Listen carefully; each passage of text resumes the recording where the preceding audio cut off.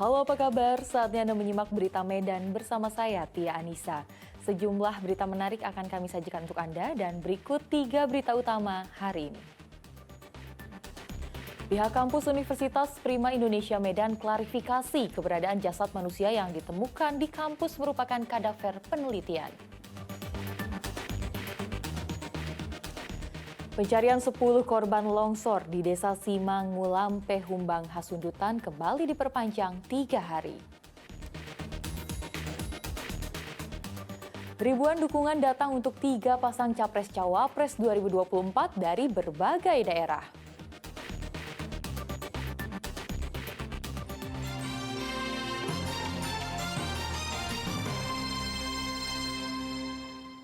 Kita ke informasi pertama. Kampus Universitas Prima Indonesia Medan mengakui keberadaan jasad manusia yang ditemukan polisi melalui penggeledahan di area kampus. Menurut Wakil Dekan Fakultas Kedokteran, jasad itu merupakan kadaver atau jenazah yang diawetkan untuk objek penelitian. Susanto, Wakil Dekan Fakultas Kedokteran Unpri, menyayangkan kedatangan polisi pada Senin 11 Desember malam menyusul beredarnya video keberadaan jasad di Universitas Prima Indonesia. Melalui kanal YouTube, Susanto memberi klarifikasi terkait penemuan jasad. Ia menjelaskan kampus memiliki 5 jasad yang diperuntukkan sebagai kadaver atau jenazah yang diawetkan untuk objek penelitian sebagai media praktikum anatomi sejak tahun 2005. 5 kadaver itu terdiri dari 4 laki-laki dan 1 perempuan. Sebelumnya, pada penggeledahan Selasa 12 Desember kemarin, penyidik Polres Tabes Medan meminta dokumen kadaver, namun hingga Selasa petang dokumen tidak kunjung diberikan kepada penyidik. Pihak kampus Unpri justru menuding Polrestabes Medan tidak profesional dalam tindakan penggeledahan maupun pemeriksaan lanjutan di areal kampus. Untuk diketahui, pada malam hari tidak ada petugas yang bisa mendampingi, tetapi mereka memaksa untuk masuk dan Satpam akhirnya memberikan izin untuk menggeledah. Yang sangat kami sesalkan, pada saat penggeledahan pada tanggal 12 Desember 2023, ada perintah untuk mengosongkan kampus. 5 jasad manusia itu kini masih berada di areal kampus Unpri. Polisi belum menyebutkan adanya indikasi tindak pidana asal-usul temuan jasad di dalam kampus. Polisi tidak bersedia memberikan rincian data sampel dan benda yang dibawa serta diperiksa oleh laboratorium forensik dari kampus. Tutia Lubis melaporkan dari Kota Medan.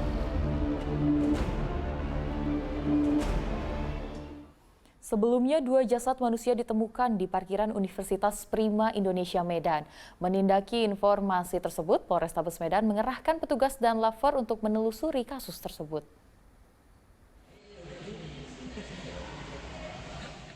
2 jasad manusia ditemukan di bangunan kampus Universitas Prima Medan. Sejak Senin malam, polisi melakukan penelusuran asal-usul keberadaan jasad, identitas maupun penyebab kematian. Namun hingga Selasa petang, tim gabungan Polrestabes Medan belum menemukan titik terang. Tim gabungan Lafor, Inavis, dan personel tengah berupaya melakukan olah TKP. Namun penyelidikan terkendala otoritas kampus. Belakangan jumlah jasad yang awalnya 2 bertambah menjadi 5, yakni ditemukan di lantai 9 dan 15. 1 diantaranya jasad wanita. Setelah dilakukan pemeriksaan di sekitar kampus sejak Senin malam, polisi telah meminta keterangan 6 orang saksi, rekaman CCTV, serta mendalami prosedur perizinan dan penyimpanan jenazah sebagai kadaver. Dari hasil penyelidikan kami ada beberapa temuan yang selanjutnya temuan tersebut akan kami coba dalami. Kami juga sudah berkomunikasi dengan pihak kampus dan harap juga pihak-pihak yang terkait dapat berkooperatif karena kami hadir di sini untuk menghilangkan keresahan masyarakat kaitannya dengan video yang beredar.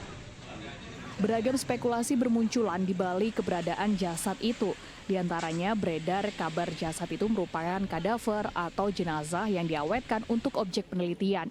Namun terkait hal itu, pihak kampus tidak bersedia memberikan keterangan. Tutia Lubis melaporkan dari Kota Medan.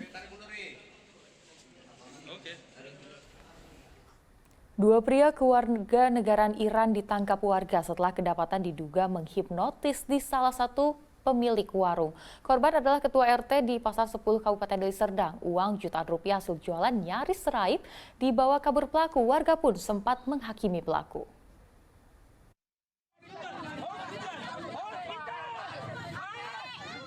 Dua orang pelaku penipuan ditangkap warga. Satu pelaku tampak panik dan nyaris menjadi bulan-bulanan warga. Sementara satu pelaku lagi tampak tak berdaya karena mengalami luka-luka akibat terjatuh dari sepeda motor karena dikejar warga. Kejadian ini terjadi pada Minggu 10 Desember di warung milik Wagino, ketua RT di Pasar 10 Desa Seantis, Kecamatan Percut Setuan, Kabupaten Deli Serdang. Pelaku berjumlah 2 orang. Satu pelaku masuk ke dalam warung dan satu pelaku lagi menunggu di sepeda motor. Pelaku yang masuk ke dalam warung pertama hendak membeli sampo. Namun setelah itu hendak menukar uang dan saat korban hendak mengambil uang dari dalam laci kasir, pelaku tiba-tiba masuk hingga ke dalam meja kasir. Di saat itulah korban seperti tidak sadarkan diri dan bingung. Sang istri Tuti Hayati yang melihat suaminya dalam keadaan diam dan seperti orang bingung sontak memukul pundak suaminya dan meneriaki pelaku seorang penipu. Teriakan sang istri membuat pelaku langsung kabur dan kembali diteriaki maling hingga memancing warga untuk mengejarnya.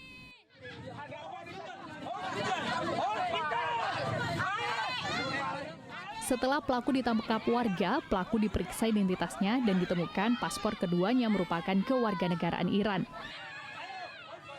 Terus aku bilang, Bapak mau menipu suamiku, Bapak hipnotis suamiku kan? Enggak Bu, enggak, aku tukar duit, ini duitnya, kata dia gitu kan. Dikasihkan aku terawang lah duitnya, enggak palsu. Tapi ngapain lah Bapak tukar deket-deket situ, sini kan bisa, tak marah-marah gitu. Terus dia, udah Bapak duduk, pegangan duduk sama anakku ini kan. Pegangan duduk. Dia nggak mau, lari aja dia. Atas kejadian ini, korban nyaris mengalami kerugian uang jutaan rupiah hasil jualan. Pihak kepolisian sektor Kota Percut Setuan belum bersedia memberikan keterangan perihal kejadian ini. Muhammad Hamdani melaporkan dari Kabupaten Deli Serdang. Waspadai orang-orang di lingkungan bermain anak-anak Anda. 2 anak-anak berumur 9 tahun jadi korban kekerasan seksual oleh tetangganya sendiri. Modusnya, pelaku sering memberikan jajanan pada korbannya. Seorang pria berusia 56 tahun di Kabupaten Deli Serdang mencabuli 2 orang anak berusia 9 tahun yang merupakan tetangganya sendiri. Ketika mendapat laporan dari anaknya, salah satu orang tua korban kemudian mendatangi pelaku dan merekam pembicaraan pelaku dengan salah satu orang tua korban pada 8 Desember. Berdasarkan dari keterangan orang tua korban, pelaku sengaja sering memberikan jajanan kepada kedua korban agar kedua korban tersebut berkenan bermain di rumahnya. Setelah beberapa hari berlalu, tepatnya 7 Desember, dengan memanfaatkan suasana sepi di seputar lingkungan rumahnya, pelaku meminta kedua korban masuk ke dalam kamarnya dan mencabuli kedua korban. Setelah meminta keterangan dari pelaku terhadap tindakan yang dilakukan kepada anaknya, orang tua korban pun melaporkan perbuatan tersebut kepada Kementerian Pemberdayaan Perempuan dan Perlindungan Anak daerah Deli Serdang untuk meminta pendampingan hukum. Si pelaku Pelaku. Memang si pelaku ini melakukan tindakan pencabulan terhadap anak di bawah. Adakan pendampingan terus ke Polres dan meminta agar pihak Polres untuk bisa menindaklanjutin karena ini menyangkut masalah hak anak, kekerasan seks terhadap anak. Nah, ini korban ada berapa orang? Kalau menurut cerita adik kita ini korbannya ada 2. Orang tua korban berharap polisi dapat segera menangkap korban yang hingga kini masih berkeliaran di seputar rumahnya. Muhammad Hamdani melaporkan dari Deli Serdang.